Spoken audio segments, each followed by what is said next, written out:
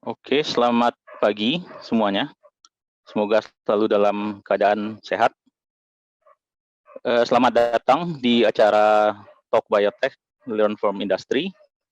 Jadi, ya di acara ini kita akan berdiskusi dengan pelaku industri bioteknologi di Indonesia.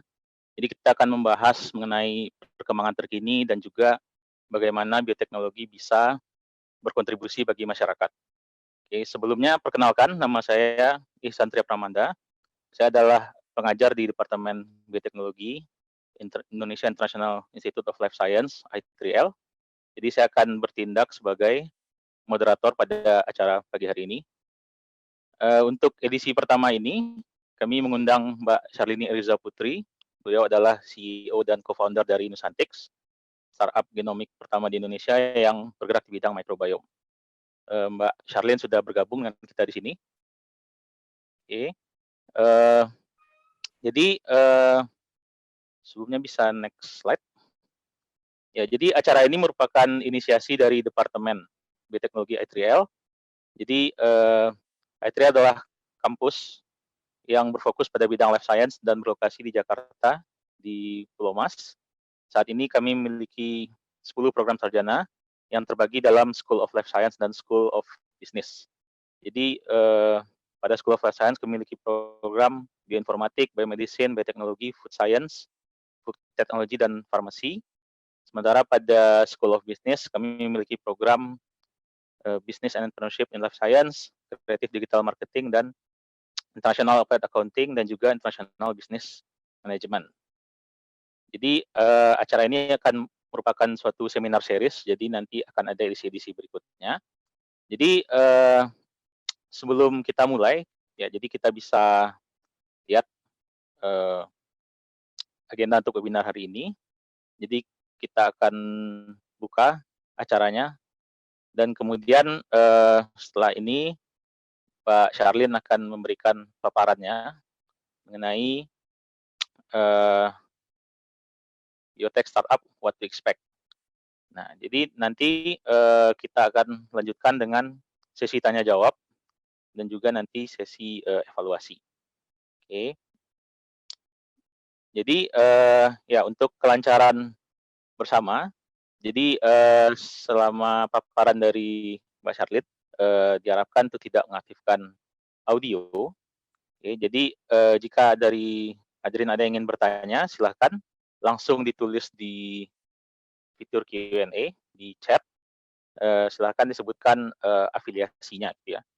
Dan juga nanti di akhir silahkan mengisi form evaluasi. Nanti akan kita gunakan untuk evaluasi dan untuk persiapan acara berikutnya. Oke, jadi next.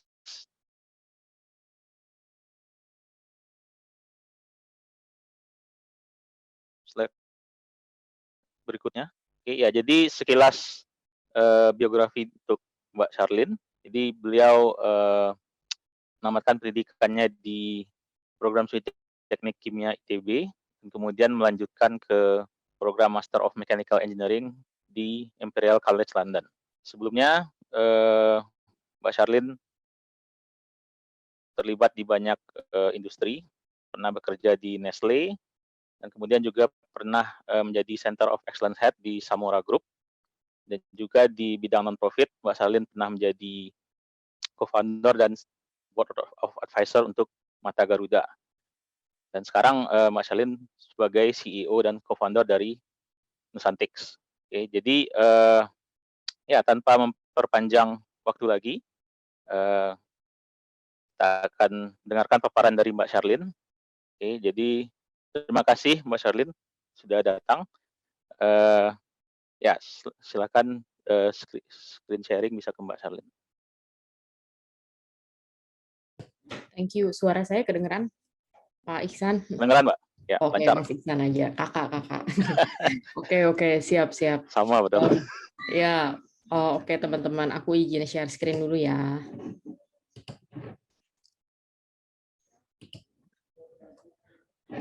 Udah kelihatan belum ya?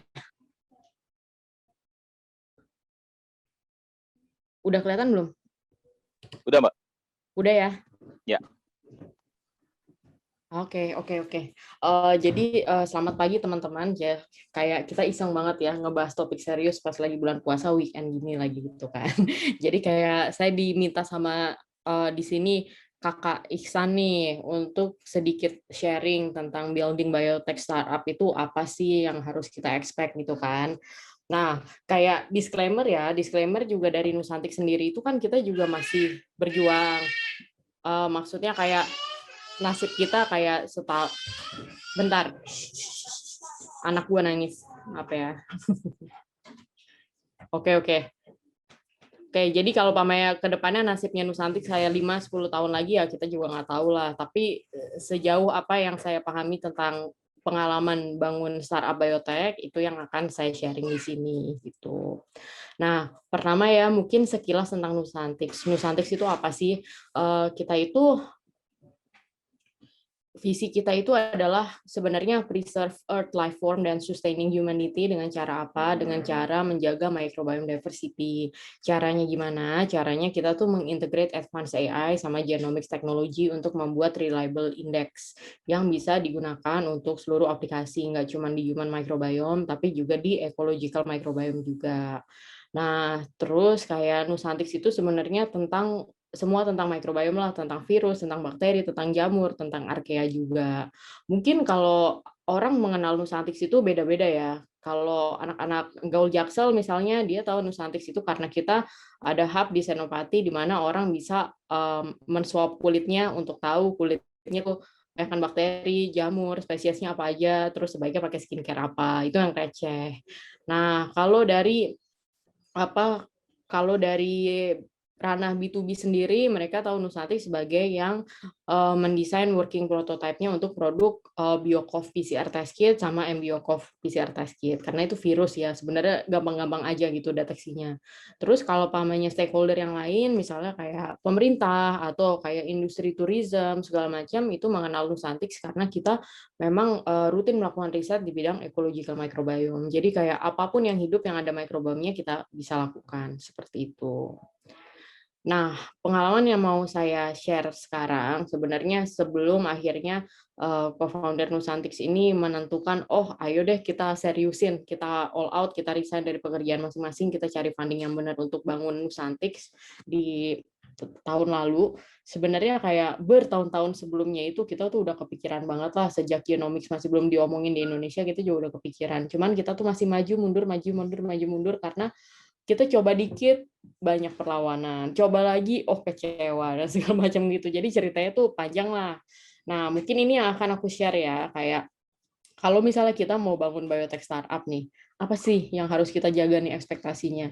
Yang pertama sebagai orang-orang yang background STEM-nya kuat, yang jago di bidang engineering atau di bidang science gitu, mereka itu punya ekspektasi di dalam dirinya sendiri kalau biotech itu udah kayak keren banget gitu loh, udah kayak center of attention gimana gitu kan.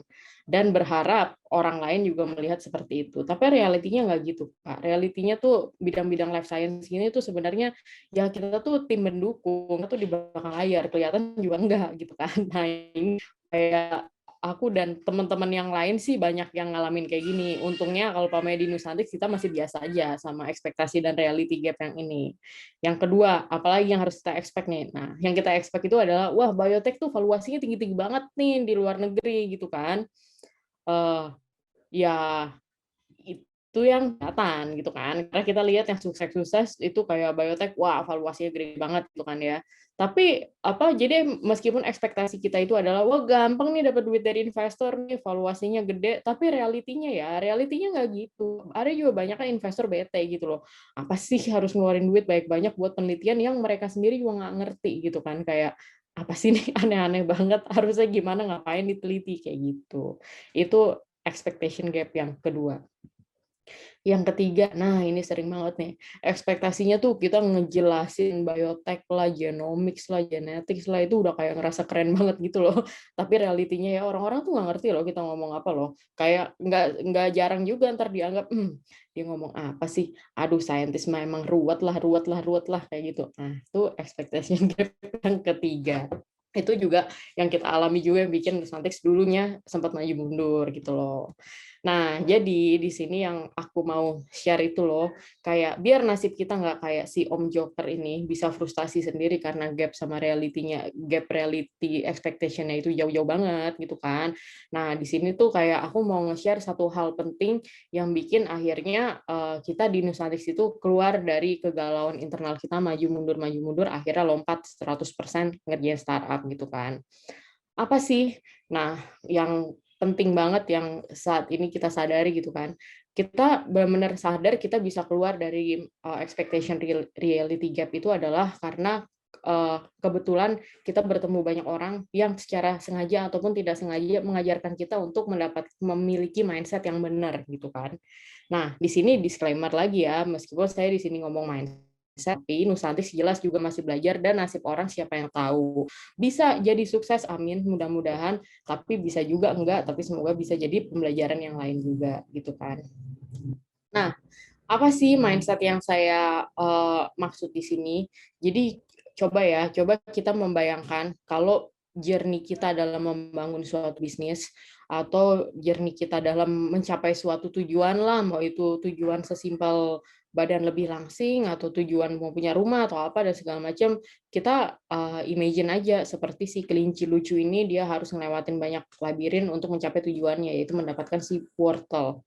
Oke, itu kita bayangkan seperti ini.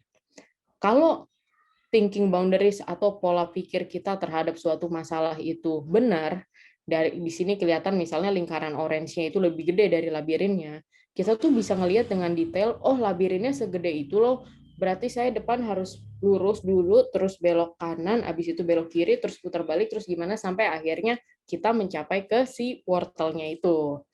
Tapi ya, bayangkan kalau misalnya pola pandang kita atau apa ya boundaries of thinking kita terhadap labirin ini dikelabuhi oleh macam-macam virus. Misalnya di sini virusnya saya buat donat lah biar lucu dikit gitu kan. Yang kita lihat itu cuman ujung-ujungnya sama di tengah. Jadi kayak ibaratnya kita mau bikin startup biotech nih. Oh, aku udah tahu nih tujuannya mau jadi kayak gini misalnya. Mulainya bisa lah bikin pitch deck-nya dulu, cari investor. Di tengah-tengah kebayang kok nanti beli alat ini, jalani ini segala macam. Tapi putus gitu kan. Kita nggak kelihatan dengan detail gitu karena antara antara apa yang dikerjain, antara deck-nya mau gimana sampai tujuan akhirnya gimana bisa hilang gitu. Nah, ini yang membahayakan, tapi sebenarnya ini sangat manusiawi gitu loh. Jadi kayak ya hampir semua manusia itu pasti di otaknya itu terkena si virus donat lucu ini yang membuat apa ya pandangan kita itu impaired. Kita tuh nggak bisa melihat perspektif masalah dari sudut pandang yang jelas yang bikin kita bisa ngelihat oh labirinnya begitu tuh bentuknya, gitu kan. Nah, sekarang pertanyaannya, kalau semua virus ini tuh ada di semua kepala orang, sebenarnya virus ini tuh bisa menginfeksi kita gimana sih ceritanya? Kenapa sih kita itu sering banget terkelabui sampai kita nggak bisa ngelihat permasalahan sesuatu dengan jelas gitu, gitu kan? Nah, jadi kenapa? Jadi sebenarnya kayak otak kita itu sama machine learning itu kan cara belajarnya sama gitu ya. Jadi otak kita itu belajar dari experience. Jadi sama aja kayak misalnya anjing kalau dia nyolong makanan, dia dipukul, dia tahu lama-lama dia nggak nyolong. Dia diteriakin, dia disuruh duduk, dia tahu lama-lama dia diteriakin dikit dia duduk gitu kan. Nah, otak kita juga gitu. Jadi dari kecil itu kan kita dipengaruhi sama banyak faktor ya. Dari orang tua kita sendiri, dari sekolah kita sendiri, dari lingkungan teman-teman kita sendiri. Misalnya tiap hari dibilangin kata mak gue nggak boleh nyisir malam-malam, kata mak gue nggak boleh nyisir malam-malam, atau jangan ini jangan itu, atau oh jangan gini nanti makan setan loh, jangan nanti jatuh atau apa segala macam. Otak kita itu jadi belajar gitu loh, kita jadi belajar oh nggak gini karena gini, akhirnya otak kita itu secara tidak sengaja itu akan mendevelop suatu virus akar yang menjadi akarnya negativity gitu loh. Akibatnya kalau misalnya apa ya pengalaman kita itu dibebasin menjadi free thinker dan segala macam, otak kita secara tidak sengaja tuh pasti mikirnya oh kenapa emangnya kalau ada orang yang nantangin kita gitu kan. Tapi kalau misalnya dari awal itu kita emang dididik dengan penuh aturan, jangan gini apalagi diancam-ancam, ya udah pasti kita makin punya virus PPP ini banyak banget. Nanti saya jelasin PPP itu apa gitu kan. Nah tapi kalau virus PPP ini udah kebanyakan, kita tuh jadi apa ya sangat amat negatif gitu loh. Jadi kayak kita bisa self-curse ujung-ujungnya. Kayak negativity itu, definisi saya itu adalah membayangkan segala sesuatu yang terburuk banget, seolah-olah itu real padahal belum kejadian. Nah, tapi itu sering kejadian kan. Nah, sekarang ayo kita ngebahas kayak PPP itu apa sih, gitu kan. Nah, PPP itu singkatan sebenarnya, atas 3P. P yang pertama itu personalize, yang kedua pervasive, yang ketiga itu permanen. Apa sih personalize? Personalize itu kita itu merasa semua yang salah di diri kita sendiri. Lingkungan gak ada yang salah, semuanya perfect, cuman gue aja yang cacat gitu. Jadi mikirnya kayak, kalau yang lain sih bisa pinter, tapi kalau gue sih nggak gitu. Kayak gue nggak segitunya lah. Iya sih yang lain bisa bisa bisa, tapi gue nggak bisa, dan segala macam. Personalize itu merasa kecil gitu. Ini biasanya nih kalau machine learningnya dari kecil diajarin, wah yang itu hebat ya, ah kamu sih nggak bisa pasti, ah kamu pasti nggak bisa, pasti nggak bisa. Nah itu rentan banget nih. Nanti pas udah gede dia akan menganggap dirinya kena virus si P1 ini. Jadi dikit-dikit minder kayak gitu, merasa kecil. Nah, terus P2 tuh apa? P2 itu adalah pervasive. Dia ngerasa lingkungannya dia, apapun ceritanya nggak pernah menerima dia. Misalnya, gue nggak berani ngomong lah, pasti dibully. Gue nggak berani nanya sama dosen lah, pasti dicap aneh-aneh di belakang, diobrolin sama dosen-dosen yang lain. Kayak gitu kan. Gue ada ide bagus sih, tapi gue nggak berani lah ngomong sama bos. Habis bos-bos tuh kayaknya udah ngerasa gue failure banget lah, kayak gitu. Nah, itu pervasive. Jadi, ini apa ya, ini benar-benar, ini kasihan banget sih kalau misalnya kita tuh kena virus ini. Jadi belum apa-apa, maju perang juga belum gitu kan, kita udah ngerasa udah diserang duluan gitu. Itu yang kedua, itu adalah pervasive. Ini kalau misalnya apa ya, kita nggak beruntung ngerasain kayak toxic parenting, atau dari sekolahnya juga gurunya otoritarian banget dan segala macam, nggak heran lah kita mendevelop virus 2P ini di badan kita. Nah, terus yang ketiga itu adalah permanen. Permanen itu dia tuh ngerasa, wah gila pokoknya dunia tuh udah hancur, udah fuck up banget, terserah apapun yang mau gue lakukan tetap pasti begitu kejadiannya. Misalnya, ngapain sih gue usaha, ngapain sih gue belajar, nilainya C juga kok gitu kan. Atau ngapain sih gue ikutan pemilu, ngapain sih gue ributin politik, ngapain gini, Indonesia pasti hancur-hancur aja lah, kita nggak bakal kemana-mana. Nah, itu yang ketiga, itu permanen. Kalau udah sampai sini nih, ini udah hati-hati nih, ini udah red flag nih, ntar kita dikit-dikit bisa jadi kayak Joker nih kalau sampai di tahap ini kan. Nah, sekarang ya, coba kita bayangin kalau kita dikelilingin sama teman atau rekan kerja yang terkena virus 3P ini. Coba bayangin deh, kita gimana ceritanya? Mungkin kita ngomong dikit, gue ada ide ini, kita bikin startup ini ya, atau penelitian ini kayaknya keren deh dan segala macam. Terus teman lo yang satu ngomongnya, lo mungkin bisa sih, kalau gue nggak bisa deh, jangan ngajak gue gitu kan. Atau yang satu lagi, percuma lo ngomong kayak gitu, ntar dosen-dosen nggak bakal dengerin lah, emang investornya dengerin gitu kan. Atau yang ketiga, aduh lo kerjaan beginian di Indonesia, maka kapan selesai, nggak bakal jadi segala macam. Nah, imagine kalau kalian punya teman-teman yang terkena virus 3P itu kan pasti udah, aduh frustrating banget gitu kan, kita nggak bakal bisa kemana-mana, pasti udah ada ide bagus, belum sempat terlaksanakan, udah mundur duluan, dan itu wajar, ini manusiawi sih. Sekarang yang kedua, coba bayangkan ya, kalau orang-orang yang punya virus 3P ini adalah bos kalian, atau dosen, atau apa kayak gitu, atau mungkin orang tua sendiri, pasti sedih nggak sih? Maksudnya kayak lo-nya udah datang dengan ide, dengan antusiasme atau apa dan segala macam, tapi dipukul terus idenya akhirnya nggak jalan. Makin kita ngerasa kecil. Nah, ini kalau pamannya kita punya bos kayak gini, ya perlahan sih, tapi pasti kita ketularan juga karena virus 3P ini gitu. Nah, sekarang imagine kalau kalian itu adalah founder atau atasan dari sebuah organisasi, terus anak buah kalian kena virus 3P. Pasti pertama akan ngerasa bete kan, yang bener aja, masa ide gue nggak ada yang bisa jalan gitu kan. Tapi ingat dulu, kalau misalnya kalian nggak bisa membebaskan anak buah dari virus 3P ini, mungkin perlu ditanya-tanyain lagi, apakah kalian fit for the job gitu kan. Karena tugasnya si leader itu adalah sebenarnya membantu debottlenecking supaya tim kalian itu terbebas dari si virus 3P ini. Gitu. Nah, sekarang bayangin lagi nih, kalau kita founder perusahaan biotech, Terus kita punya viral load PPP yang tinggi banget. Nah, kan itu sedih banget ya.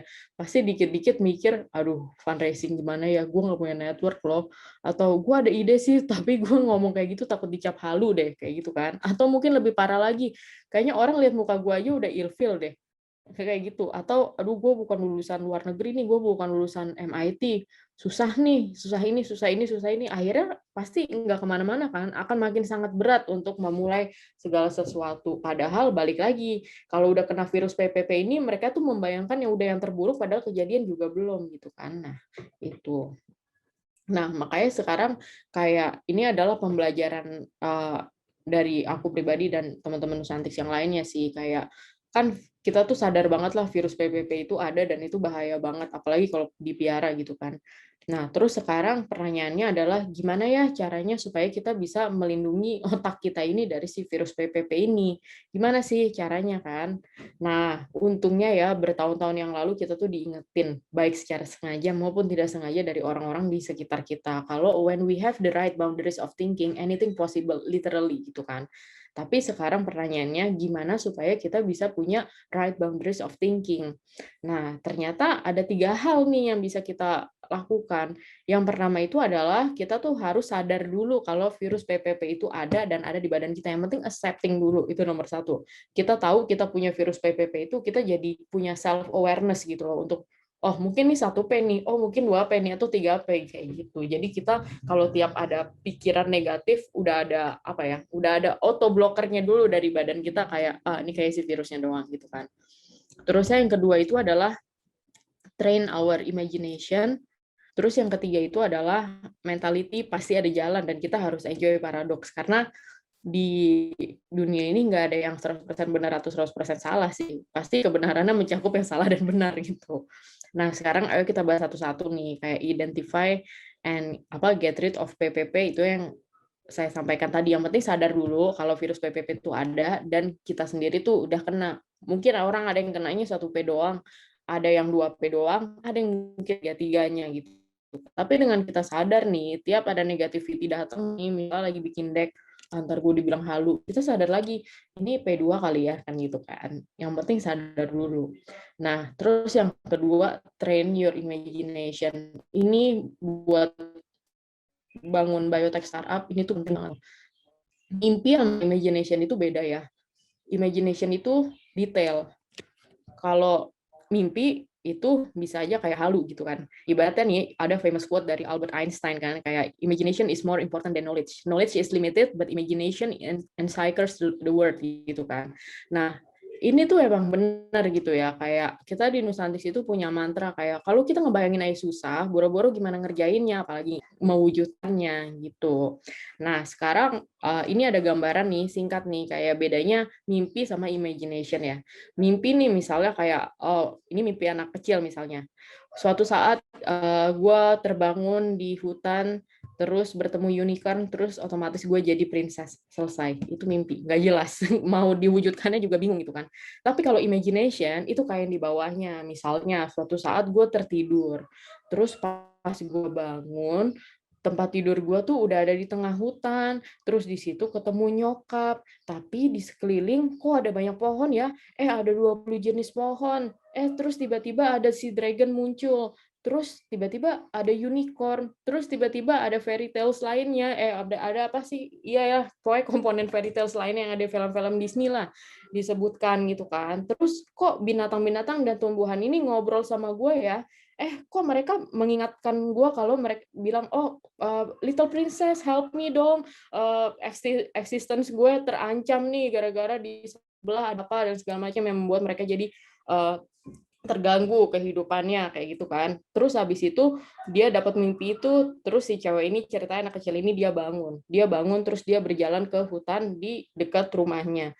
Terus dia ngeliat begitu dia mau menyeberangi sungai masuk ke hutan, ternyata sungainya itu tuh lagi diterjang sama limbah kayak gitu. Dan limbah ini beracun banget dan emang literally bisa menghabisi hidup para makhluk yang hidup di hutan itu gitu kan. Terus gara-gara mimpi itu si cewek ini terinspirasi, gimana ya caranya untuk gue bisa menyelamatkan hutan ini dari si serangan limbah itu.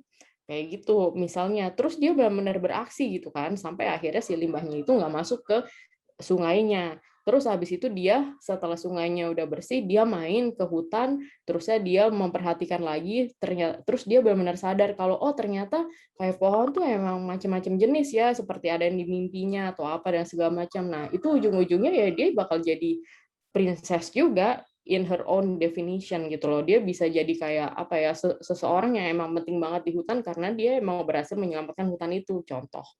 Yang kedua itu imagination, karena itu detail dan men-trigger seseorang untuk melakukan sesuatu. Kalau yang di atas tiba-tiba bangun tidur ketemu unicorn jadi princess, itu mimpi. Ya ujungnya aja kelihatan, tapi nggak tahu kejadiannya gimana gitu kan. Nah, ini sih yang kita harus sama-sama ingat. Kalau imagination, detail, mimpi tuh ya udah bisa aja halu gitu kan. Terus yang kedua, yang kita harus ingat lagi itu ada storytelling itu tuh kayak penting banget lah. Mungkin kalau kalian udah pernah baca si Sapiens ini kan emang apa ya, fiksi atau storytelling itu kan itu sesuatu yang benar-benar penting banget lah di peradaban manusia sampai manusia bisa seadvance sekarang gitu kan. Nah, cuman storytelling itu meskipun kelihatannya simpel, tapi itu susah buat dikerjakan kalau kita nggak punya foundation yang cukup kuat gitu. Foundation yang cukup kuat tuh maksudnya gimana? Jadi kayak otak itu kan jalannya random ya.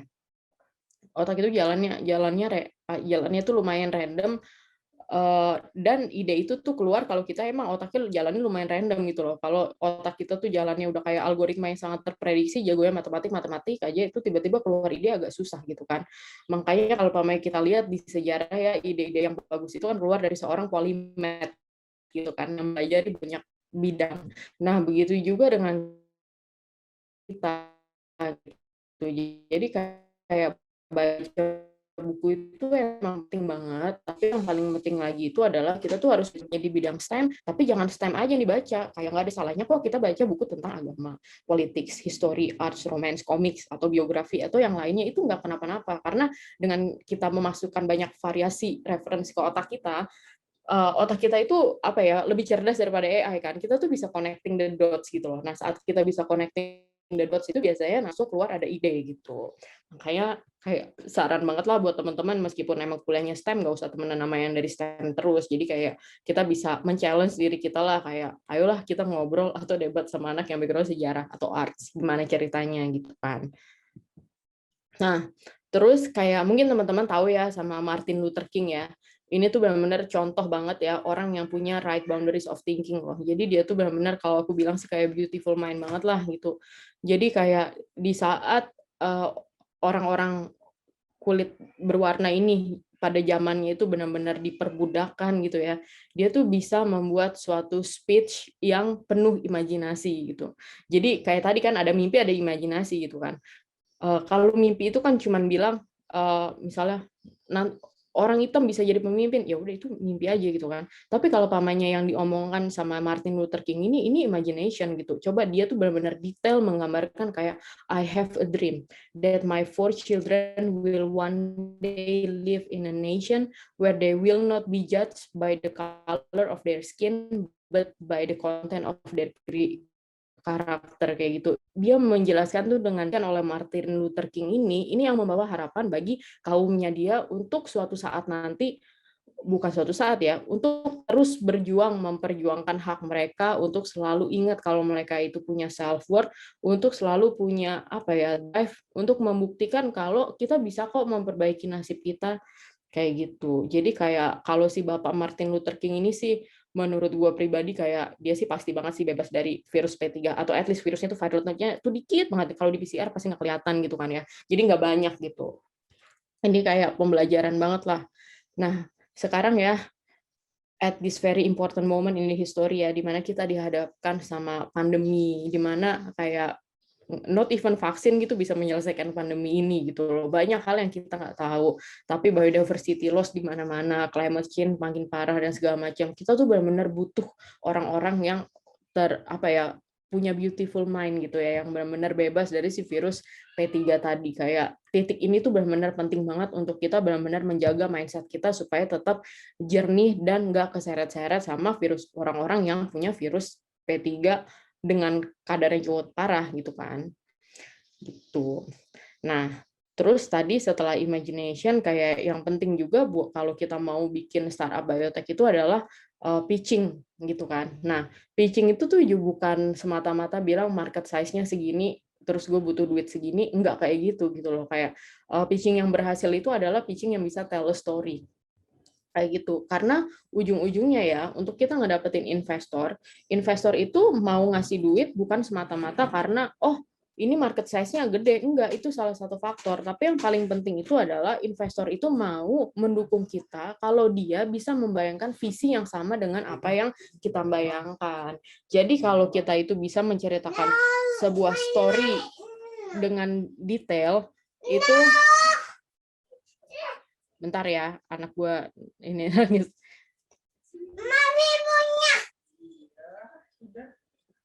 Oke, sebentar ya. Iya, jadi kalau misalnya kita tuh bisa membuat orang lain itu membayangkan visi yang sama dengan kita tuh udah setengah jalan sukses lah. Jadi semangat terus aja gitu. Nah, terus tadi yang ketiga itu kan, yang pertama itu kan kita sadar dulu virus P3-nya ada. Terusnya yang kedua itu adalah imagination dan storytelling. Nah, yang ketiga itu adalah kita tuh harus enjoy paradox. Karena apalagi kalau misalnya, aduh bentar ya, baby, Oke, Mbak. sebentar ya. Iya, nanti kita main. Iya, lagi kalau misalnya jadi founder biotech nih, wah kita sih bakal dihadapin sama paradoks macam-macam lah. Pasti yang satu ngomong kayak, kita tahu riset tuh penting, tapi nanti di ujung bilang, ngapain sih riset macam-macam, yang penting digigikin, yang penting orang mau bayar buat bisnisnya, udah beres gitu kan. Itu sering banget lah. Atau kayak kita tahu biotech itu harus lumayan detail, tapi yang satu lagi ngomong, enggak lah, cost saving dan segala macam gitu. Atau dibilang, mungkin ada yang bilang lagi kayak biotech ini bisa save humanity, tapi di satu sisi namanya science itu ya pasti bakal menghancurkan alam juga gitu kan. Itu sih biasa aja lah, kayak kita bakal sering banget dihadapin sama ini. Tapi yang harus kita sama-sama ingat ya, kayak ya ingatlah gambar inilah, kayak kebenaran yang utuh itu tuh mencakup semuanya gitu. Mungkin aja orang ngelihat, oh dia pasti bentuknya silinder nih karena bayangannya bulat. Oh dia mungkin kubus nih karena bayangannya square gitu kan. Atau mungkin dia prisma gara-gara ada triangle di situ. Nah, tapi kebenaran yang hakiki itu bentukannya kayak itu yang di tengah-tengah ini gitu. Jadi ya gitulah. Jadi kalau misalnya kita sering-sering dikasih tahu sama temen atau sama orang tua dan segala macam bilang, oh jangan milih si A karena si A begini, yang satunya bilang jangan milih si B karena B segini, atau dalam suatu situasi di mana enggak deh ini pasti konspirasi nih, enggak deh ini pasti nature dan segala macam gitu, ya kita mulai membayangkan aja gitu, kalau seandainya si A benar si B benar, kira-kira bentukan aslinya gimana ya. Dengan kayak gitu otak kita tuh jadi makin terjaga untuk tidak terseret ke salah satu pihak atau ideologi gitu. Nah, jadi hal-hal kecil yang bisa kita mulai ya, kita tuh harus mulai memfamiliar bikin hal-hal ini familiar lah kayak gitu kan. Misalnya kita mengajukan suatu riset ke dosen nih. Terus dosennya ngasih ancaman, saya udah pernah gagal.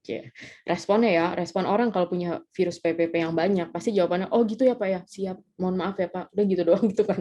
Tapi kalau dia virus P3-nya itu dikit atau nggak ada, dia pasti bakal nanya, loh kenapa emangnya, apa yang gagal, gagalnya di mana? Karena dia mau belajar gitu loh, dia tahu kalau gagal di orang lain belum tentu gagal di dia, jadi dia akan mencari tahu kenapa gagal, karena dia yakin lah dia masih bisa ngerjain gitu. Nah, ini sering banyak salah kaprah di sini nih. Atau yang kedua, ancaman dari teman, rekan kuliah atau rekan kerja gitu kan. Misalnya, gue males deh kalau ketemu si bos pasti salah terus, gila lu, gue pasti salah terus, gue berkali-kali pembicaraan salah mulu gitu kan. Nah, kalau kita punya virus P3 pasti kita mikirnya gini, oh gitu ya, ih serem ih, aduh ikutan jauh-jauh deh, padahal kenal juga belum ya, tapi udah takut duluan, udah mundur duluan gitu. Nah, kalau pamannya nggak punya virus P3 di otaknya, dia pasti mikir, oh kenapa emangnya? Terus dia nggak membiarkan ancaman dari temennya itu mengancam dia, dia bakal, ya udahlah mau dosennya killer, gue coba aja, yang penting berjuang. Kalau pamannya belum berhasil ya ada kesempatan lain waktu gitu. Atau nih ancaman sekali seumur hidup nih, misal dari orang tua, kamu jangan kawin sama suku ini ya, kalau kamu nekat nggak dibayar resepsi, nggak dapat apa, nggak dapat restu. Nah, ini kalau pamannya punya virus P3 nih pasti jawabannya, "Ya, Mah." Terus habis itu mungkin nangis, mungkin rada sedih, mungkin terjebak dengan dramanya sendiri dan segala macam. Tapi kalau virus P3 dikit, dia bakal nanya, "Kenapa emangnya? Kenapa emangnya suku ini? Emang sejarahnya gimana? Ceritanya apa? Buktinya apa?" Mungkin belum kenal aja kali. Tapi mau ujung-ujungnya itu nikah itu keputusan aku kok. Kalau paman nggak mau dibayarin, ya udah aku bayarin di resepsi sendiri aja. Nah, kayak gitu. Jadi ya bisalah latihan kayak gitu. Nah, ini sih terakhir ya, terakhir tuh kayak apa ya, kalau kita punya the right boundary of thinking itu kayak anything possible kan. Nah, ini kalau pamer bercandaan orang-orang yang belajar quantum physics sih emang ya anything possible sih. Maksudnya di quantum physics itu ya udah kayak di Alice in Wonderland gitu kan, kayak apapun benar-benar bisa terjadi gitu. Terus terakhir nih punchline-nya buat teman-teman yang emang mau bangun biotech startup ya, kayak ngikutin jalan startup lain yang udah berhasil itu enggak ini kok, nggak melulu jadi solusi gitu. Karena tiap orang itu tuh punya apa ya, punya challenge-nya masing-masing, dia punya caranya masing-masing dalam melihat dunia, kayak gitu kan.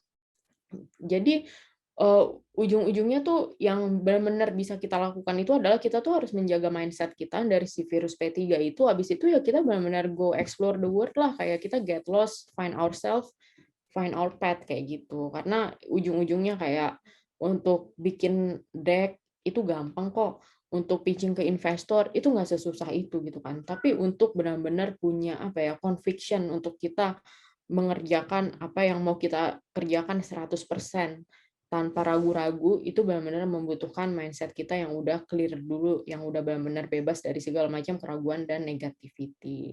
Gitu teman-teman. Jadi, mungkin sampai sini dulu kayak paparan saya. Mungkin dari sini kita bisa diskusi dulu kali ya, bisa tanya jawab. Wah, ini udah ada pertanyaan nih, hasil rekomendasi buku buat para pejuang startup.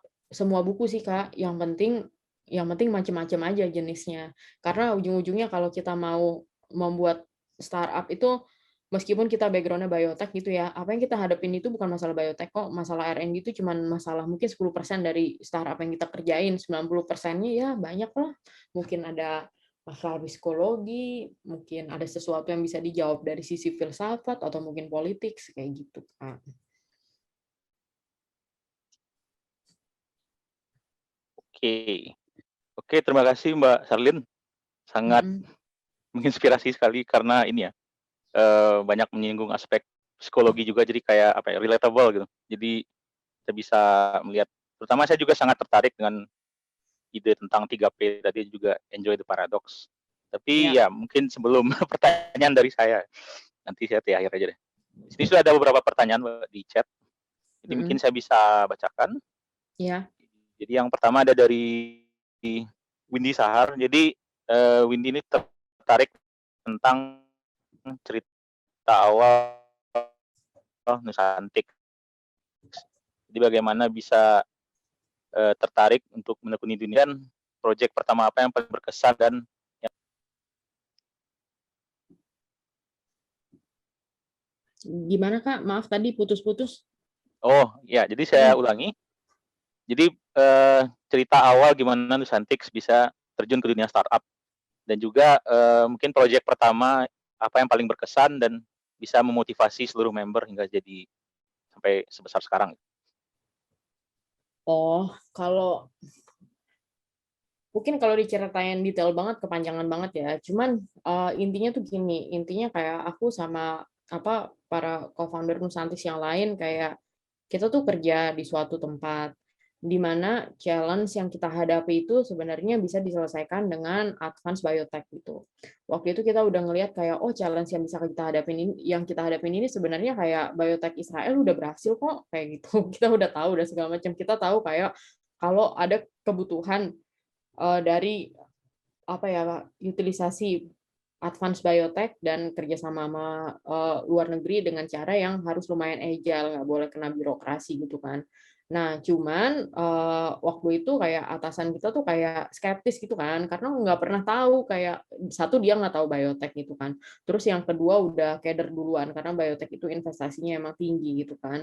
Terus kayak yang ketiga itu adalah kayak ya dia mikir kayak oh di Indonesia pasti nggak bakal bisa lah biotek sampai situ gitu kan.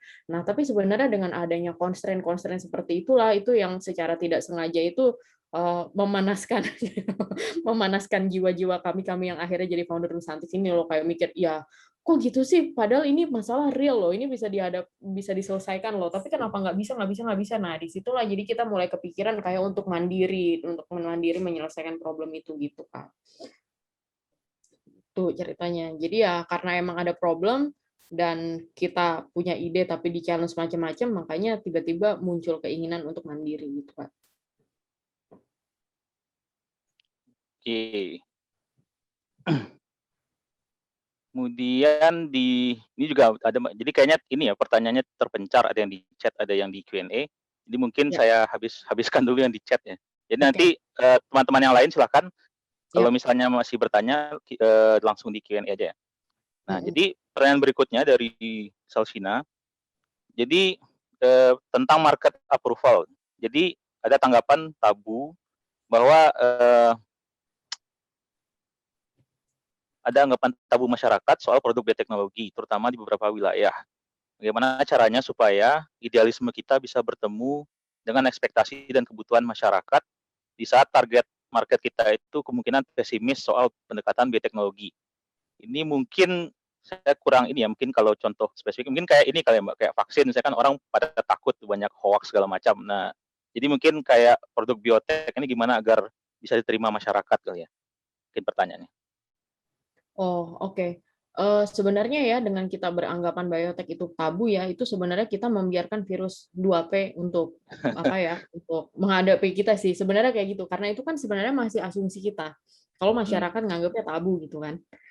Masih itu asumsi kita loh. Tapi kalau pamannya kita datang ya, kayak kita datanglah, kita ngobrol coba sama target masyarakatnya dan segala macam. Kalau kita kucuk-kucuk ngomong biotek, mungkin dia juga jadi penuh asumsi karena dia nggak ngerti gitu kan.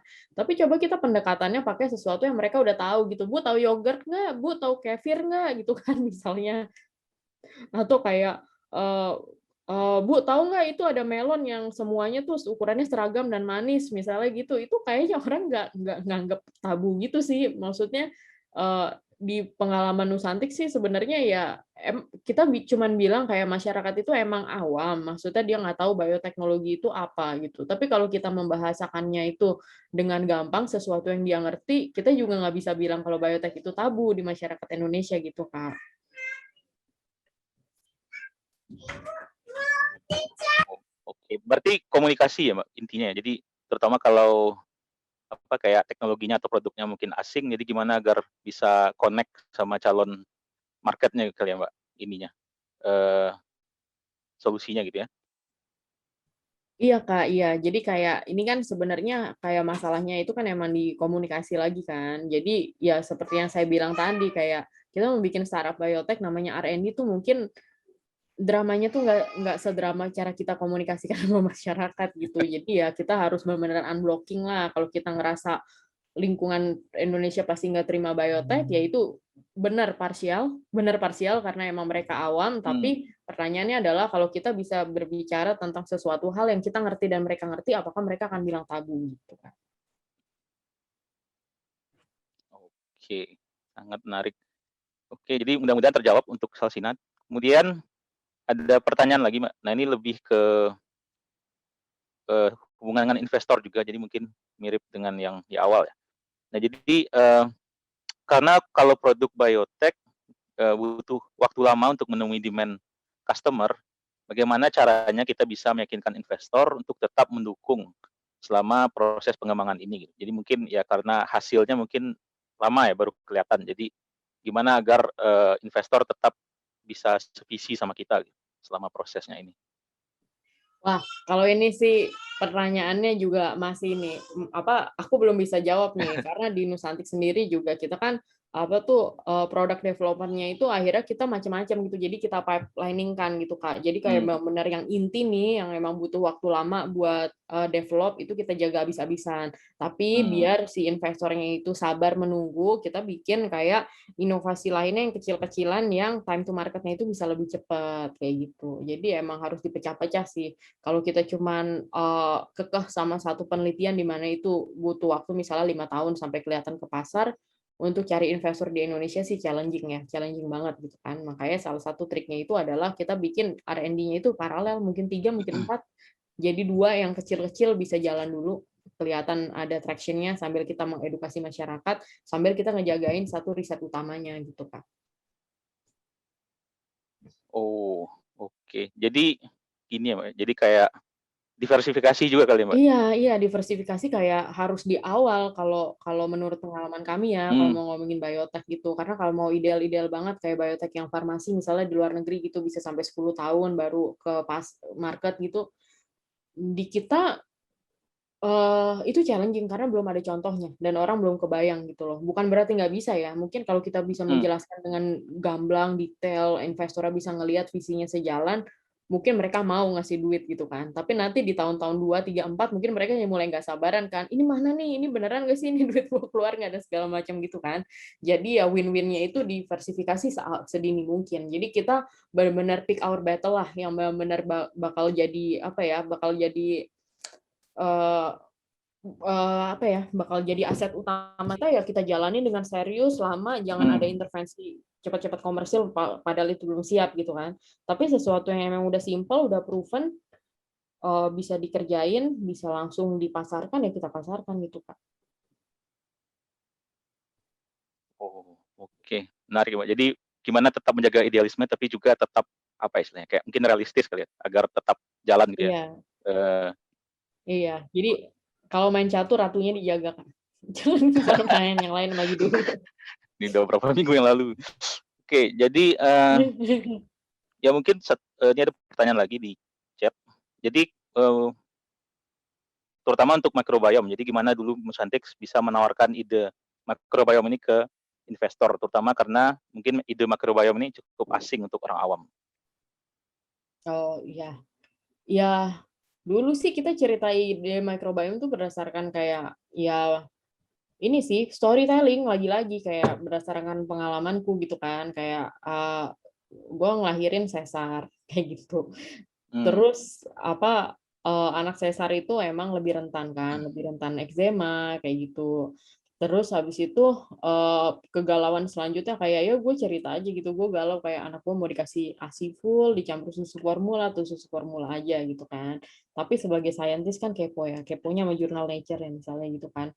Terus di situ gue menemukan fakta kalau banyak bakteri itu yang di usus yang signifikan banget untuk tumbuh kembang bayi, salah satunya Bifidobacterium infantis, dan mereka itu, hanya bisa tumbuh kalau dikasih makan HMO atau human milk oligosaccharides yang secara alami itu ada di HASI, dan beberapa susu formula zaman sekarang ada yang udah bikin HMO sintetik gitu kan. Tapi di situ gue langsung bertanya gitu loh, dulu nih pas orang belum kenal genomics, belum ngerti microbiome usus segitu pentingnya, mereka nggak tahu HMO itu penting, terus ya udah gitu susu isinya gitu aja gitu kan dengan gula tinggi dan protein sapi segala macam gitu. Itu yang cerita itu yang gue ceritakan ke investor, kayak itu kayak men-trigger trigger kayak selama ini kayak we know nothing loh. Tapi dengan adanya kemajuan genomics terus kita jadi sadar microbiome itu sepenting itu, mau nggak mau antara industri harus catch up atau akan terjadi disrupsi dan inovasi lainnya yang berbasis microbiome, ini tinggal nunggu waktu dan Nusantik mau mulai gitu, Kak.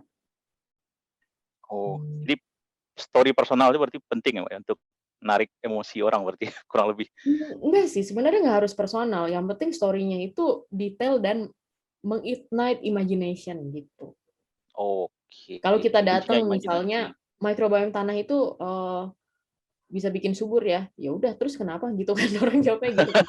Tapi kalau mamanya detail gitu kan menceritakannya sampai orang jadi mikir, "Iya ya dulu-dulu gimana ya, oh ternyata penting banget ya, ini ada potensi bisnisnya," itu bisa Hmm. meng-ignite investor untuk jadi semangat gitu loh, Kak. Oke, jadi lagi-lagi komunikasi ya, Mbak, ya? Mhm.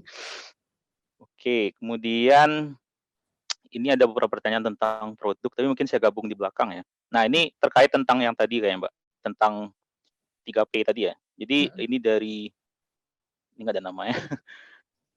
Jadi pikiran itu mempengaruhi tindakan dan perilaku kita, bisa negatif, bisa positif. Jadi gimana memanajemen pikiran atau menjaga kewarasan agar bisa survive di era disrupsi 4.0 maupun pandemi. Jadi mungkin ini kali ya, mungkin kita bisa gabung dengan kayak gimana bisa membebaskan diri kali ya dari mindset 3P tadi. Mhm. Iya, yang pertama itu ya tadi, yang pertama kita tuh harus sadar dulu, self identification kayak, "Oh di badan gue nih banyakan P yang 1, 2 atau mungkin tiga-tiganya." Yang penting kita sadar diri dulu. Karena dengan kita sadar tuh itu juga secara otomatis setiap kita berpikir negatif juga badan kita juga akan mengingatkan lagi gitu kan. Itu satu kita sadar dulu. Terus yang kedua, yang paling penting itu adalah kita tuh harus melatih imajinasi. Jadi kayak banyak banyak baca buku, banyak nonton film yang imajinasinya bagus-bagus, yang benar-benar kayak mind provoking gitu, itu membantu banget loh, itu membantu banget, Hmm, kayak gitu. Karena mindset. makin Iya, karena makin imajinasi kita dilatih, kita tuh makin punya the power to project gitu loh. Kayak the best case scenario itu bakal gimana gitu. Jadi kayak kita tuh harus melatih imajinasi untuk membayangkan kayak the best skenario tuh kayak gimana gitu. Bayangin aja terus. Nanti lama-lama juga kejadian kok. Kita bakal makin mendekati sama best case skenario versi imajinasi kita itu gitu. Jangan dibawa kayak merenung kenapa gue gini atau tiba-tiba ngelihat ke lingkungan kok negatif banget dan segala macam. Itu akan makin bikin kita makin makin sedih, makin depresi gitu. Jadi mendingan kita benar-benar membaca buku, nonton TV atau apapun lah yang benar-benar melatih imajinasi sambil kita harus punya waktu yang cukup untuk bengong. Itu penting banget, Kak. Kayak kita butuh waktu yang cukup buat chill, buat bengong, hanya untuk membayangkan kayak the best case scenario of our life kayak gimana ya gitu, Kak.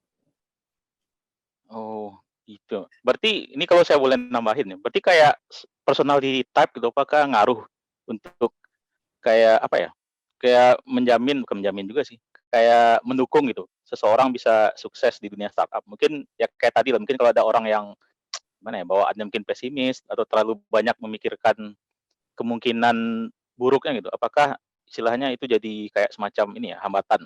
Atau Oh sebaiknya itu harus banget, Kak. ekstrovert semua gitu kali orangnya Itu startup?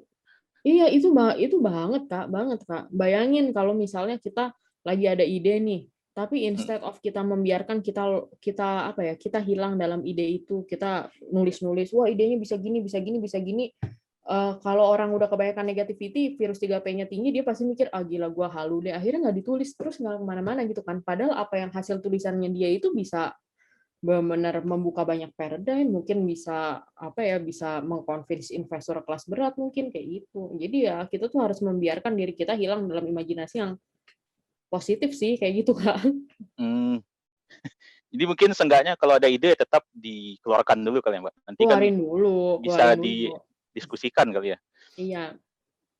Jadi nggak apa ya, jangan beranggapan pribadi dulu kalau misalnya ini, "Wah ini jelek nih, nggak usah lah," gitu.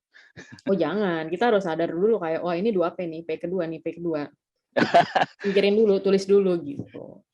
Oke oke, ini kayaknya perlu dilatih Mbak, jadi apa, kayaknya dari ini kali ya, mungkin karena kayaknya audiens di sini teman-teman banyak yang dari mahasiswa kali ya, jadi mungkin perlu diterapkan gitu ya, cara Mhm. pikirnya gitu. Oke, menarik. Kemudian, nah ini maaf ya Mbak, kalau topiknya agak loncat-loncat karena Nggak apa-apa. nampung dari Q&A-nya gitu.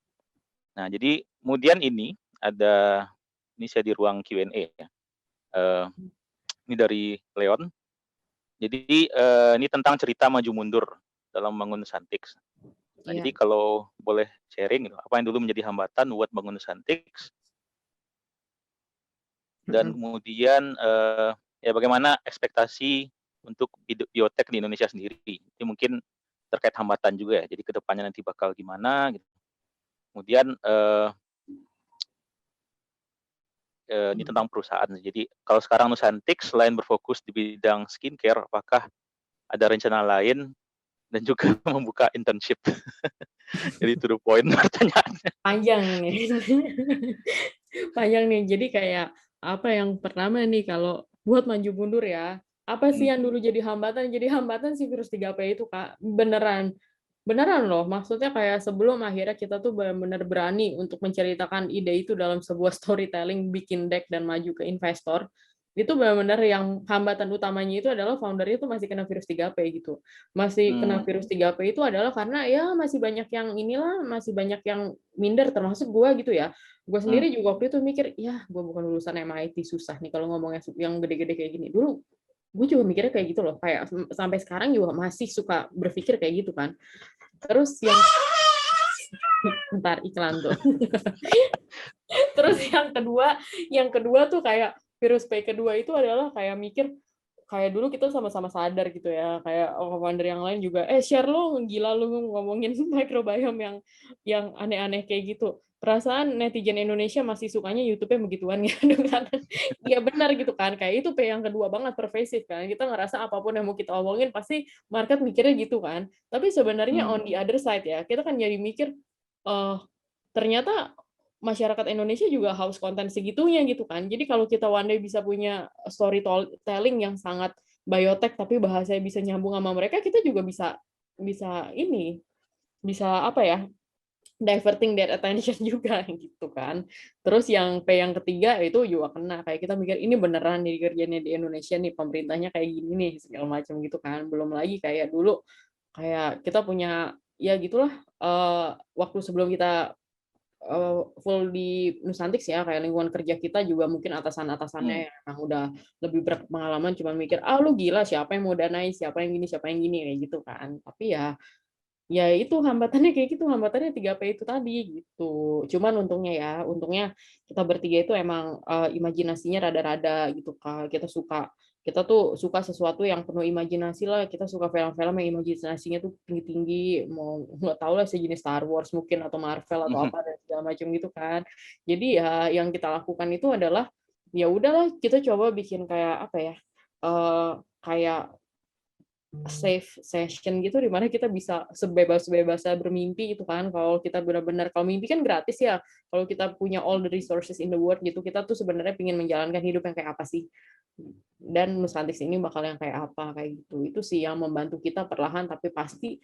Jadi begitu kita benar-benar komit, ayo brainstorming tanpa membiarkan ada 3B itu jalan segala macam, makin lama kita ngelihat ini nggak sejauh itu kok, nggak semimpi ini sebenarnya bisa dikerjain sampai akhirnya kita menemukan kayak oh ini loh kayak the right angle for storytelling tuh kayak gimana Hmm. gitu Kak. Jadi perjalanannya ya 3P itu juga Jadi sama. jadi kayak yang tadi ya, Mbak, jadi memang di awal tuh harus sebebas atau mungkin seliar mungkin ya kalau boleh dibilang. Tapi Iya, nanti benar. ujung-ujungnya akan mengerucut gitu ya, Mbak, ya? Iya, kita tuh harus iya itu kan kayak prinsip brainstorming kan gitu juga kan. Jadi kayak intinya kita harus sadar lah ada 3P gitu. Biasanya tuh untuk kita mengeluarkan sebuah ide itu tuh ya ada 3P itu dulu yang menahan kita gitu, Kak. Hmm. Nah, ini sebenarnya menarik, Mbak, kalau saya boleh ini ya, tarik Mhm, keluar juga gitu.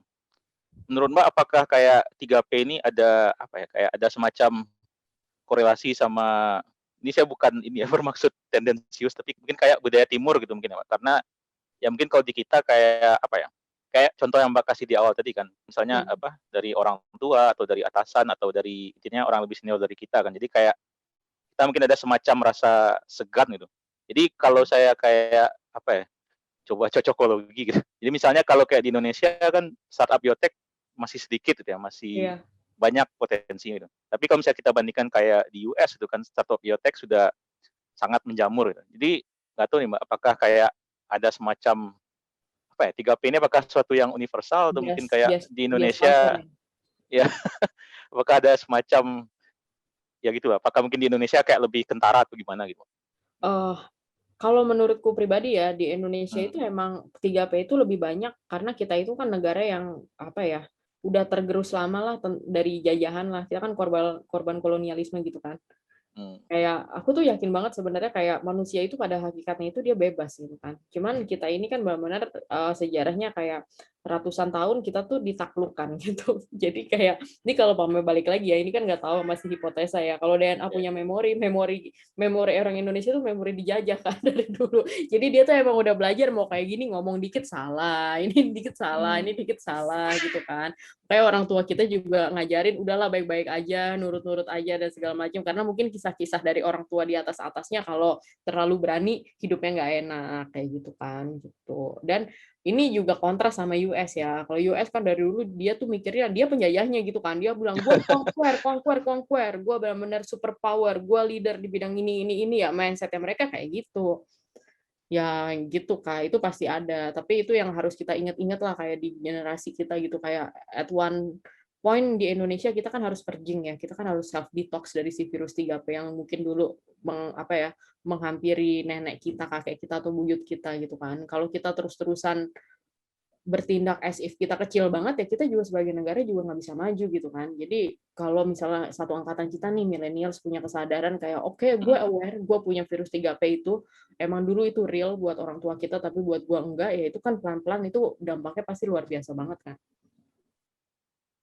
Jadi memang ada yang sedikit banyak itu kali ya faktor dari budaya juga yang kayak Kalau itu sih ya, dulu aku pernah baca buku sih tentang 3P ini, juga di situ dibilang itu emang ada bias culture itu emang. Oke. Jadi menarik. Jadi kebetulan ini pertanyaan dari bawah, saya tarik ke atas. Ini dari Anonymous. Jadi ya, bukan Anonymous yang hacker sih kayaknya. Jadi ya terkait 3P tadi juga sih. Jadi misalnya di sini bagaimana cara pendekatan ke baby boomer yang pemikirannya konvensional banget. Ini menurut penulis, bukan menurut saya, saya ngutip aja. Jadi less open minded, kurang percaya dengan teknologi dan takut dengan perubahan dari penerapan riset dengan teknologi yang sophisticated kayak misalnya yang dimiliki oleh Nusantix. Jadi ya mungkin Mbak juga bisa cerita pengalaman kali ya, mungkin dalam perjalanannya ketika harus berinteraksi dengan yang generasi yang mungkin lebih senior dari kita gitu. Jadi pendekatannya jadinya harus gimana gitu. Gimana ya? Emang nih, kadang-kadang ya kita tuh kalau pemain ngobrol ya, apalagi sama ini. Kalau kita ngobrol ya, apalagi sama generasi baby boomers gitu, itu benar-benar harus harus dipisah-pisah gitu loh, kayak baby boomers itu kan juga macam-macam ya. Bentar nih, tuh ada jualan tape iklan kan. Iya nih, mestinya menjelang buka baru dia jualan tape. Iya, jadi kayak baby boomers itu kan ada macam-macam gitu loh, Kak. Maksudnya kayak baby boomers yang gimana dulu nih? Baby boomers dengan pendidikan yang seperti apa? Baby boomers yang di pemerintahan, baby boomers yang di rumah, atau gimana nih Kak? Coba dikasih contoh. Nah, ini mungkin bisa ini ya, Kasih yang contoh nih, spesifik. karena baby boomers pemerintahan yang di rumah beda loh. Nah, ini karena ini ya, saya tahu bahwa Nusantix kan terlibat kemarin dalam task force ya untuk riset COVID ya. Karena Nusantix kan harus berkoordinasi dengan BPPT dan juga Kemenristek dan orang-orang di pemerintahan ya, dan ya pasti kita tahu itu generasinya ya baby boomers lah. Maksudnya ya tanpa bermaksud tendensius itu. Mungkin Mbak bisa ngasih ilustrasi dari sana mungkin ya. Oh, oke. Gini, lucunya tuh gini ya. Lucunya ya generasi kita tuh kadang-kadang ngadepin baby boomers yang di pemerintahan gitu, kita tuh ngerasa untuk kita bisa diterima sama mereka, kita tuh harus ngomong dengan caranya mereka. Kayak, mohon izin pimpinan, izin untuk bicara. Iya loh, kadang-kadang tuh millennials tuh asumsinya kayak gitu. Padahal ya, generasi baby boomers yang ada di pemerintahan itu dia juga sadar, ini nih kalau pamannya ada orang yang kelewat sopan, yang benar-benar yang kaku-kaku kayak gini, dia tuh bakal mikir kayak, ini orang baik-baik kayak gini maksudnya apa ya gitu loh. Oh, Iya loh, mereka tuh berpikirnya kayak gitu kan. Mungkin karena gue banyakan temennya dari orang-orang yang generasinya boomers, jadi gue lebih tahu gitu kan. Jadi sebenarnya generasi boomers itu, mereka itu lebih menghargai kalau intensi kita itu disebutkan di awal. Terang-terangan aja gitu loh.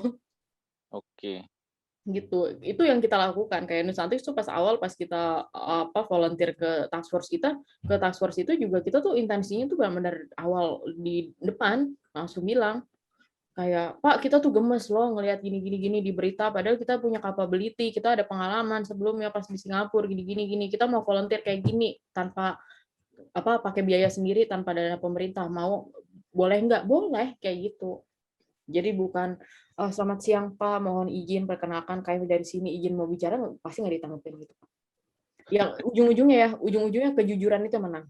Jadi kayak, Hmm. apa ya, eee, the clarity of the intention tuh benar-benar penting banget untuk disampaikan di awal kalau ketemu sama baby boomers gitu. Gitu, Kak. Itu baby boomers pemerintahan ya. Ya. Kalau baby boomers yang lain mungkin, Mbak, dengan Kalau baby background boomers berbeda yang mungkin mana? gitu. Yang di rumah. Wah, itu mah beda cerita, Kak. Kalau itu mah ya udahlah, gitu. Kalau itu sih, kalau kalau sama baby boomers yang lain ya, sama mereka itu intinya kita tunjukkan aja kalau kita bahagia dan ada prestasinya, udah gitu aja, Kak. Oke, jadi ini ya, Mbak, to the point tetap ya, mau kayaknya itu universal ya, tidak Jujur jujur, Kak, jujur. tidak terkait mau ke generasi siapa ya, maksudnya Iya, yang penting jujur, karena yang mhm, apa ya, clarity of the intention itu bisa menjembatani kita ngobrol sama generasi manapun, itu sih pengalaman kami sih mmm, gitu. Kayak kita tuh selalu, apa ya, selalu gagal kalau ngikutin, apa ya, pola komunikasi seperti yang orang-orang ceritakan, tapi kita selalu berhasil kalau kita bisa mengutarakan intention-nya dengan clear banget lah di depan gitu. oke, ya penting sekali ya. Kayaknya sekali lagi terkait dengan komunikasi berarti. Oke, ya jadi, menarik sekali, jadi masih ada banyak pertanyaan ini. Jadi, ya teman-teman yang lain silakan kalau kita masih punya cukup banyak waktu. Mhm, Eee, Kemudian nah ini dari Lauren. Jadi, tentang background story dari Nusantik. Jadi, ini terkait problem solving, Mbak. Jadi, mhm. berapa penting problem solving sebagai dasar untuk membangun sebuah bisnis? Oh, itu penting banget, itu penting banget. Karena ujung-ujungnya ya kalau kita nggak punya problem yang, akan kita solve itu kayak, ya udah satu pasti, gimana ya, jadi kayak investor itu ngasih uang, uang itu kan sebenarnya trust gitu kan. Ujung-ujungnya ya, karena ujung-ujungnya apa ya, insting dari semua manusia itu adalah, kita pengen hidup lebih baik gitu. Jadi mereka akan menaruh trust pada, seseorang atau sebuah organisasi atau sebuah teknologi yang emang bisa solving problem, itu benar-benar penting banget emang. Jadi teknologi yang harus solving problem ya, Mbak? Iya, tapi problemnya apa kan banyak ya, maksudnya spektrum problemnya kan banyak gitu kan, kita pilih aja. Oke. Atau mungkin ini kali, Mbak, mungkin yang dimaksud lebih kayak problem solving skill kali ya? Mungkin kayak apa sih, eee, mungkin kayak ke orangnya gimana, kepribadiannya kali. Jadi kayak gimana problem solving skill itu penting gitu dalam jalankan startup. Oh, kalau itu sih, itu penting banget, kayak balik ke slide pertama, karena tugas kita tuh nanti kita mengarungi labirin untuk mencapai tujuan gitu kan. Di tengah-tengah labirin itu kan kita benar-benar butuh problem solving skill kan. Jadi kayak, "Kok sini mentok, cari jalan lain," segala macam. Jadi emang problem solving skill kayak find a way mindset itu tuh benar-benar menentukan kayak kita tetap bertahan atau enggak lah. Misalnya kita punya bisnis, terus kena pandemi, terus kita harus Mmm, secepatnya gimana nih supaya tetap bertahan, mungkin cari pinjaman tanpa bunga, mungkin harus pivot, mungkin harus apa, kayak gitu, itu ya emang penting banget, Kak. oke.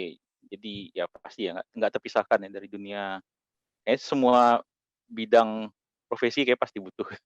Butuh butuh, itu sepele banget.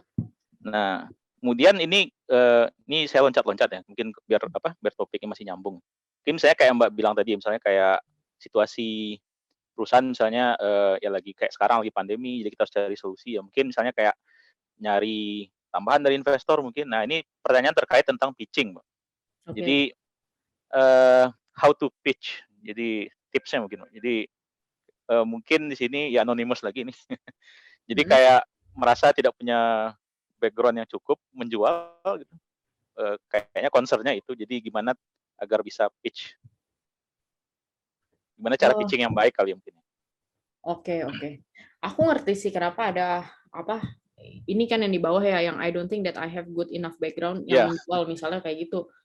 Beda lagi, ini 1P, Kak, ini 1P. Kayak Meskipun itu normal ya, kayak di Indonesia ya. Di Indonesia kan cuman Ya. mikir biasanya kalau pamer ada sesuatu yang dapat funding nih, orang rata-rata mikirnya kayak ini antara idenya luar biasa atau anak siapa, kan pasti kayak gitu. Itu kalau pamer masyarakat persepsinya kan selalu kayak gitu kan. Nah, sebenarnya tuh ya, bukan siapa-siapa itu apa ya, menurut gue bukan kutukan loh, itu blessing loh. Benar-benar itu blessing loh. Karena ya, orang kalau misalnya apa ya, sekarang gini, kalau kita bukan siapa-siapa, kayak how to pitch itu adalah ya to tell a great story gitu loh. Itu yang paling penting tuh gitu. Kayak kitanya biasa-biasa aja ya kenapa emangnya gitu kan. Yang penting story yang kita bawa, kayak narasi yang kita bawa itu emang luar biasa, on point, emang menjawab permasalahan, yang emang menjawab permasalahan, kita tahu gimana cara ngejalaninnya kayak gitu. Ya, tapi kalau pamannya kita bukan anak siapa atau background nggak menjual dan segala macam kayak gitu, menurut gue sih itu blessing ya malah ya. Karena nanti orang akan lebih fokus terhadap ide yang kita bawa, bukan kitanya siapa. Hmm. Yang penting tuh story, yang penting itu story, benar-benar kayak kita bikin story yang mengignite imagination, kayak contohnya ya si Martin Luther King tadi, atau si kayak anak kecil yang jadi Little Princess terbangun di hutan, yang seperti itu Kak. Berarti itu lebih, kalau storytelling mungkin ini ya Mbak ya, kayak ya kontennya. Tapi misalnya nih Mbak, kayak public speaking skill gitu kan, misalnya ada orang yang secara alamiah kayak ya smooth talker gitu ya, jadi kayak enak aja dengerin dia ngomong misalnya gitu. Nah, Aha. tapi mungkin ada yang ya mungkin tidak terlalu mumpuni lah gitu ya dalam skill tersebut. Ini apakah krusial juga Mbak, menurut Mbak untuk dalam hal pitching gitu? Gimana ya? Uh, Saya iya dan penasaran juga nih. iya dan enggak ya. Sebenarnya kayak iya dan enggak gitu. Ujung-ujungnya ya kalau pamenya gue nanya gitu sama pernah sih sama beberapa orang gitu, orang yang ternama lah kayak gitu kan, yang gue tanya kayak, Pak, kalau pamanya Bapak dengerin ini pitching dari anak muda dan segala macam kayak gitu, gimana sih Pak kalau pamanya, kan gue sendiri juga sebenarnya tuh ada masalah dalam mengartikulasikan bahasa tuh, kadang-kadang pakai bahasa Indonesia aja sering belibet, apalagi bahasa lain gitu kan, nanya gitu kan. Nah terus si orangnya yang udah pengalaman tuh dia tuh ngelihatnya nggak kayak gitu, dia bilang kayak apa, smooth talker itu emang enak buat didengar gitu kan. Tapi kalau kita lihat dari sudut pandang investor, misalnya kayak gitu, mereka kalau umpamanya ngelihat yang pitching ini benar-benar smooth-smooth banget, mereka tuh justru jadi mikir gitu loh, kayak ini gue bias nggak ya? Janjian gue bias nih gara-gara dia penyampaiannya bagus gitu. Itu nomor nomor satu malah kayak gitu gitu kan. Terus yang kedua, yang mirip-mirip nih tanggapannya dari orang-orang yang udah biasa apa ya dipitchingin itu adalah vibes tuh nggak bohong sih sebenarnya. Kayak namanya ujung-ujungnya ya tuh namanya antusiasme kita kayak gitu kan, antusiasme kita bagaimana kita ngelihat dunia dengan cara yang unik, gimana kita mengartikulasikan sebuah problem yang orang tadinya nggak kepikiran tapi kita artikulasikan, ujung-ujungnya vibes itu yang matters, bukan bagaimana kita menjelaskannya dengan smooth di bahasa Inggris atau Indonesia atau dengan intonasi yang tepat kayak gitu Kak. Makanya kan Jadi juga tetap iya. Vibes, Kak, vibes tetap ujung-ujungnya. vibes. Ujung-ujungnya orang tahu kok ini ngafalin, ini dia emang sebenarnya ragu-ragu sama idenya gitu kan, Iya iya iya. atau dia sebenarnya kayak over menjual sampai dia bias men-simplify problem, itu ketahuan kok. Apalagi buat investor yang udah biasa dengerin orang pitching puluhan per hari ya, mereka sih benar-benar tahu banget loh. Iya, pasti udah ini ya, udah dengan mudah bisa membandingkan gitu. Mana Iya, yang, kayak apa iya, istilahnya, ada kontennya, mana yang sugar coat doang. betul, dan jangan pernah kita ngeremehin the power of storytelling loh. Mmm, Kayak misalnya gini ya, misalnya gue cerita tentang microbiome. Ini mhm, alternatif pertama, gue ceritanya kayak gini. Oke, pertama permasalahan masalahnya adalah berapa puluh persen dari Indonesia begini-gini, sekian puluh persen gini, market size segini, dan segala macam kayak gitu. Orang ngelihatnya kayak dikasih sesuatu yang deskriptif, oh gitu ya, oh iya, makasih informasi baru gitu kan. Nah, tapi kalau pamer kita ngejelasinnya dari awal, jadi gini loh Pak ceritanya, zaman dulu itu ya, kita kan diajarin namanya bakteri selalu jahat gitu kan. Terus tiba-tiba ada Yakult ngajar bakteri yang mau baik. Tapi nih iya iya. Pak, setelah ada namanya teknologi genomics, itu jadi sadar setengah dari sel badan kita itu punya microbiome. Jadi mereka nggak selalu, nah kayak gitu beda loh. Yang kedua dia engage karena mereka dengerin cerita. Orang tuh kalau ngedengerin cerita, dia tuh ngerasa dia bagian dari cerita itu gitu loh Kak. Wah, Bener banget sih, Mbak. Iya, jadi kita ngedongeng aja. Engage ya. Mhm. Oke. Ya pasti sih ya, sama kayak mungkin yang Mbak udah kutip berkali-kali ya, kayak nonton film ya, kalau ada ceritanya ya kita mau 2 jam, mau 1,5 jam pun istilahnya Nah, nggak masalah kan, coba dengerin duduk kuliah doang umum, gitu. stres kan? Nah. Menarik menarik. Jadi ini ya, Mbak, apa, eee, storytelling tetap bikin cerita, jadi nggak cuman data apa, ya hard facts, cold facts gitu Iya, aja. Tapi data ada itu engagement. diselipin di story-nya, gitu. Benar benar benar. Memang skill yang penting sih, Mbak. Mhm, Kemudian ya jadi ini sih terkait microbiome ini sekarang, Mbak. Jadi mhm. beberapa pertanyaan ini nanya kayak kayak prospek kali ya, atau mungkin potensi kali ya. Jadi ini ada dari Windy lagi. Jadi misalnya, nah saya nggak tahu nih apakah konfidensial atau enggak. Misalnya Nusantics, apakah bisa deteksi mikroba yang resisten antibiotik? Oh, iya Dan iya. juga Itu misalnya itu bisa enggak itu udah di pipeline kita banget itu, Kak. Itu oh kita mengidentifikasikan itu emang problem berat lah itu. Ini tinggal bom waktu kan, tinggal nunggu waktu nih. oh berarti sudah di pipeline, Mbak. Udah.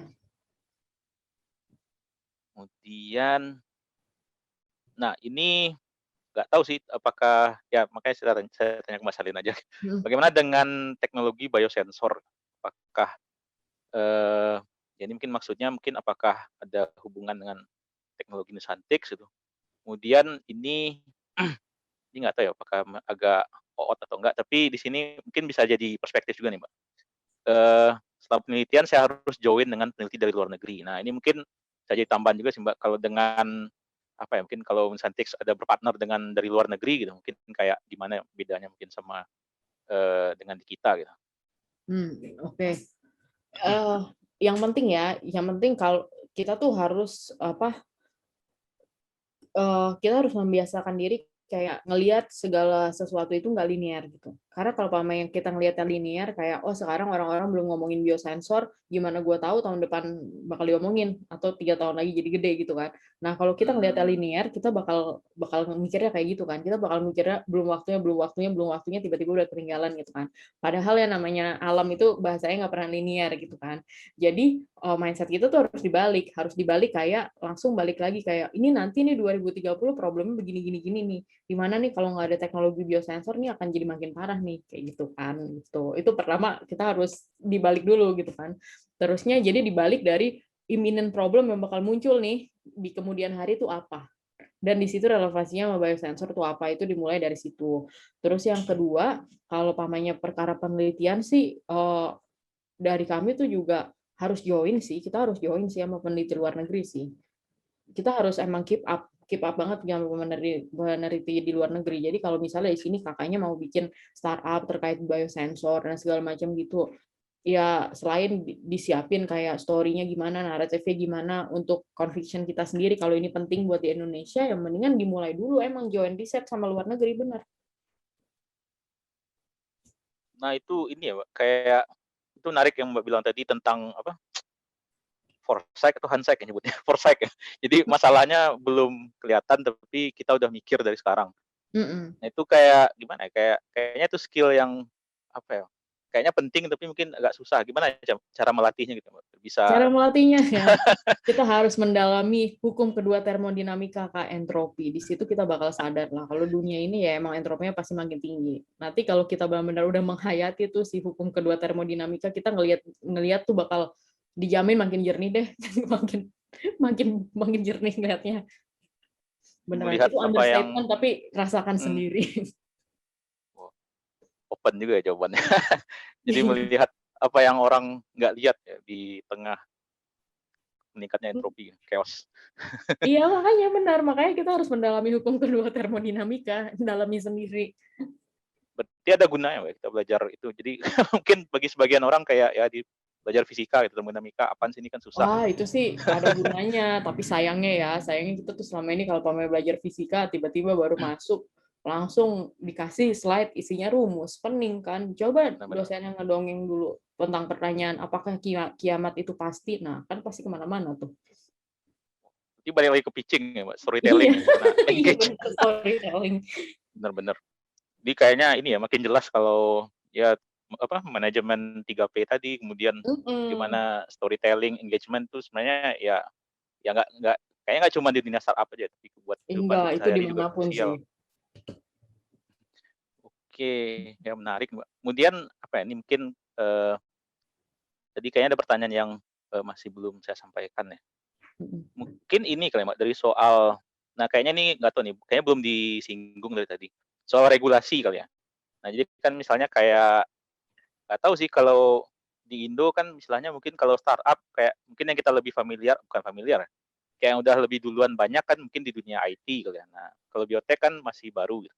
Mhm. Nah, jadi gimana mungkin, Mbak, kayak kalau di Indonesia sokongan dari segi regulasi gitu, dan juga nanti kan ini apa ya, kayak bisa jadi acuan juga gitu kira-kira, kayak regulasi di Indonesia apakah sudah mendukung sehingga nanti ekosistemnya istilahnya jadi kondusif sehingga nanti perkembangan biotech dan juga startup biotech di Indonesia ke depannya bisa lebih maju gitu, Mbak. Gimana, Mbak? Kalau sekarang itu emang regulasinya itu masih abu-abu sih, sekarang ya. Tapi si DPR juga sekarang lagi bikin ini rencana undang-undang sih untuk terkait sama sumber daya genetika gitu. Jadi ya sekarang sih regulasinya itu masih sedang dibentuk, itu juga artinya sebenarnya kesempatan buat kita gitu kan. Karena dari kita bisa menyuarakan kayak, "Oh, kita punya kepentingan kayak gini, kayaknya supaya kita sama-sama maju, regulasinya mendingan gini aja," gitu, segala macam. Jadi karena regulasinya belum dibentuk, kita bisa ikut aktif membentuk regulasi gitu, Kak. Oh, jadi ini ya, jadi apa istilahnya, kayak bisa lupa istilah. Jadi apa, partisipasi publik kali ya? Jadi Mhm, kayak misalnya kayak Nusantik sebagai pelaku bisnis gitu bisa ngasih masukan. mhm, Oh, mhm, bisa bisa banget, emang kayak gitu, Kak. oke oke. Berarti tapi kira-kira kalau prospeknya gimana, Mbak, ke depannya gitu? Prospek sih gede, Kak, gede banget. Gede ya? Dan juga mungkin apa ya, nah ini nggak tahu apakah saya masih kena virus 3P-nya atau enggak. Mungkin salah satu pertanyaan juga gitu, kayak ya ini correct me if I'm wrong ya, misalnya kayak Heeh, ya kalau biotech kan kita tahu apa ya, padat modal lah gitu, Mbak, kan butuh ya pasti butuh reagen lah yang paling kurang ya. Jadi kayak ya butuh infrastruktur riset gitu kan ya. Nah mungkin agak beda lah sama IT mungkin yang kayak ya, mungkin nggak mhm, se-ekstensif biotech lah dalam istilahnya menginisiasinya gitu. Nah kira-kira gimana nih, Mbak, kayak mhm. ke depannya gitu? Apakah itu kan jadi Iya, tantangan gitu jadi atau itu tantangan yang sangat amat bisa overcome sih sebenarnya. Karena balik lagi kayak uang itu kan bentuk trust ya. mmm, Jadi PR kita itu adalah kayak, eee, kita tuh harus meng-convince investor kalau, apa ya, the risk of not having R&D biotech itu jauh lebih gede ketimbang investasinya sih, gitu. Kita kan bisa pakai banyak story ya, misalnya kayak pandemi ini nah, kayak coba cost-nya berapa tuh karena kita benar-benar nggak siap, kayak gitu-gitu. Ya balik lagi, Kak, balik lagi kayak, apa ya, storytelling, gimana kita benar-benar bisa storytelling? convince orang gitu kan, tuh. Kayak ibaratnya kayak kalau umpamanya kita, misalnya kita jualan nih, gitu kan, Mmm, eee, kita jualan pisang nih, ya udah gitu kan, kita jualan apa tuh, jualan pisang, kita bilang, "Oh ini pisang goreng," segala macam, ya udah orang bilang, "Oh ya gue bayar seharga pisang goreng," gitu kan. Cuman gitu doang kan. Tapi kalau misalnya, apa ya, kita bilangnya pisang, "Oh iya nih, ini dari spesies terakhir yang ada di mana, digoreng dengan tepung apa segala macam," orang pasti mau yang lebih mahal lagi gitu kan. Kayak gitu, atau misalnya sama aja kayak jualan mobil, kayak ini jualan mobil misalnya apa gitu, mobil yang udah biasa di pasaran, ya udah orang mau bayar harga pasar gitu. Tapi kalau kita bisa menarasikan kayak si Elon Musk tuh, nah, menarasikan mobil-mobil Teslanya gede kan valuasinya kan. Nah itu contoh tuh, Kak, iya iya iya. contoh banget. Jadi kayak, apa ya, valuasi itu berbanding lurus sama kayak keterampilan kita solving problem dan storytelling sih, Kak. Evaluasi, problem solving, storytelling, Iya, itu semua paling skill-skill iya, yang dari tadi kayaknya emang jelas ya, pentingnya itu kayak jelas. mhm, oke, kita kayaknya masih punya lebih kayak 7 menit lagi. Ini saya coba ini ya, saya coba lihat Ada waktu kok. mungkin pertanyaan yang belum tersinggung, bukan tersinggung, maksudnya belum disinggung. Eee, ini di mana ya? Nah ini Mbak, dari Rizky. Eh, Bagaimana cara validasi ide saat awal pengembangan startup? Kemudian yaitu ada nggak ide yang harus dihapus atau harus diubah karena terkait customer misalnya, mungkin harga terlalu mahal atau kurang interest atau gimana gitu. Yang dari Rizky Awaludin. Oh iya dong, itu sih. Oke, ini yang nomor satu ya, kayak validasi ide awal tuh gimana? Validasinya itu adalah kita menceritakan story ke orang yang menurut kita paling nggak tahu biotech. Kalau dia buy-in, berarti kita ada kesempatan gitu. Jadi bukan apa ya, kita selama ini validasi ide tuh validasi sama yang sesama yang background-nya ngerti gitu kan, atau validasi sama temen yang kira-kira pemikirannya lebih mirip sama investor gitu. Nah itu bias tuh, artinya kita bertarung di echo chamber sendiri. Kita kalau validasi ide tuh mestinya langsung lemparnya ke konsumen, ke orang yang paling nggak ngerti kayak gitu. Kalau orang yang paling nggak ngerti aja dia bisa engage sama ide kita, nah itu tanda-tanda ide kita udah tervalidasi dengan baik lah gitu. Terus kayak ada nggak ide awal pengembangan Nusantik yang harus dihapus, misal menyesuaikan karena kebutuhan konsumen segala macam. Oh ada lah, ini sih ada banget, ini kerjaan harian ini Kak. Memang begitulah kehidupan di startup. Validasi langsung ke end user ya Mbak, jadi dipotong aja semua ininya. Kalau end user-nya suka ya udah gitu. Oke, Iya, jadi kita harus engage bukan suka. engage. Ya, Gitu. menarik. Kemudian ini kayaknya masih bisa nih satu pertanyaan lagi dari Rana nih, yang dua terakhir. Kayaknya yang terakhir dari Anonymous lagi. Regulasi pemerintah sudah membantu. Kayaknya tadi udah terjawab ya Mbak ya. Nggak membantu. Atau mungkin Tapi kita ditambahkan? bisa itu. Enggak. Udah Oke. clear kan tadi kan? Itu Ya, kesempatan kita sebenarnya untuk ikut. ikut ngasih input gitu ya Mbak. Nah, ya mungkin yang ini Mbak, yang Rana. Gimana caranya set research boundaries? Mungkin kalau riset nggak tahu ya, apakah ini kayak terlalu spesifik atau mungkin bisa kayak interest kali ya Mbak. Misalnya kayak Nusantik kan istilahnya ya punya apa? Ya punya goals sendiri gitu. Sementara kadang harus berpartner sama orang lain gitu ya. Nah, gimana kayak ngeset boundary-nya gitu ya. Oh Biar iya. ya sama-sama enak kali ya istilahnya. Iya. Oh ini benar, ini real problem sih ini sih. Kayak yang pertama kita harus sama-sama sadari itu namanya nahkoda kabel tuh cuma boleh satu. Jadi pemimpinnya itu emang cuma boleh satu gitu. Jadi antara kita yang ngedrive partner research kita untuk mencapai apa tujuan sih harus bersama gitu kan. Tapi leader cuma boleh satu. Kuncinya tuh itu Kak gitu. Jadi sekarang gini kayak kepentingannya gimana nih? Misalnya di sini Karana kan, Karananya itu mau riset ke depannya buat apa? Misalnya Karana mau bikin biotech startup misalnya di Indonesia gitu. Berarti di situ Karananya yang harus jadi leadernya gitu kan. Nah, kayak challenge-nya leader itu kan sebenarnya kita tuh men-set ada tujuan bersama.